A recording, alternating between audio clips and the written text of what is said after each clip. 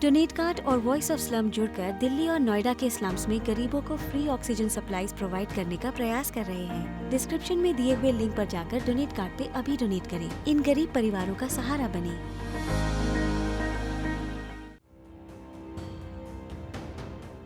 Corona की दूसरी लहर ने देश में भारी कहर मचाया।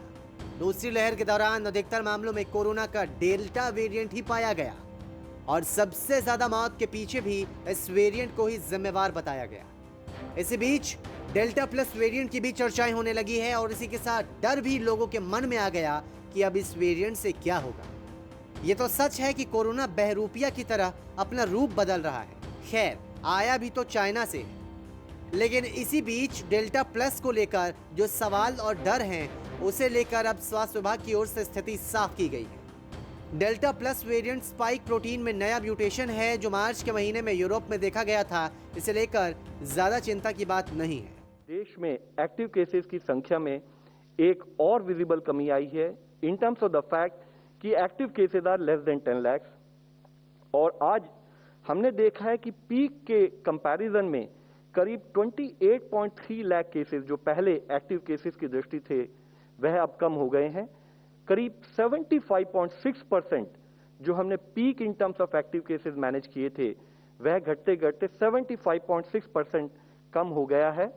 और मुख्य विषय ऐसा है कि हम देखें कि एक समय पर जब देश में 17.13% केसेस एक्टिव केसेस की दृष्टि में आते थे, आज वह घटकर खाली मात्र 2.96% केसेस ऐसे हैं जो कि करीब एक्टिव केसेस की दृष्टि में आते हैं।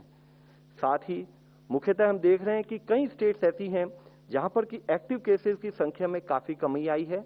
देश में 20 स्टेट्स ऐसी हैं जहां आज एक्टिव केसेस 5000 से भी कम हैं और ऑलमोस्ट सभी स्टेट्स में हम एक्टिव केसेस में एक ड्रास्टिक रिडक्शन भी नोट कर रहे हैं।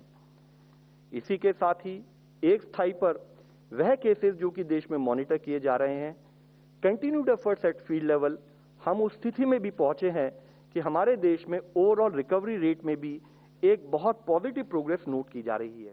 वेरिएंट यूरोप में पहली बार मार्च में ही दिखा था और इसे 13 जून को पब्लिक डोमेन में लाया गया और मौजूद आंकड़ों के मुताबिक ये वेरिएंट मोनोक्लोनल एंटीबॉडी के उपयोग को बर्बाद करता है और इसके बारे में और भी ज्यादा स्टडी की जा रही है ताकि तह तक जाया जा सके।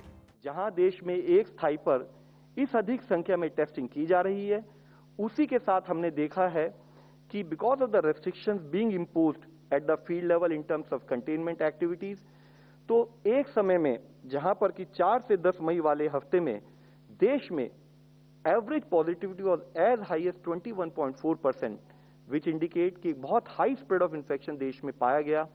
वह घटते घटते पिछले 5 हफ्तों में करीब 4.8% औसतन हो गई है, यानी कि 78% decrease in the overall case positivity which was noted during the peak time of the second wave। इसमें भी मुख्य विषय यह है कि हम देखते हैं कि पिछले 8 दिनों से कंटिन्यूड बेसिस पर देश में 5% से भी कम पॉजिटिविटी नोट की जा रही है। और अगर पिछले 24 घंटे की केस पॉजिटिविटी को एनालाइज करें तो it has come down to as low as 3.45%, जो भी करीब पिछले 3 माह बाद हम देश में इस टाइप का ओवरऑल स्टेटस नोट कर रहे हैं।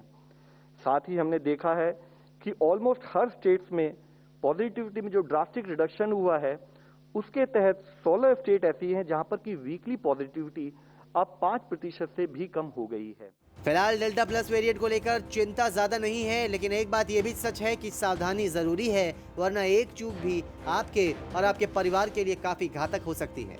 न्यूज़ तक ब्यूरो।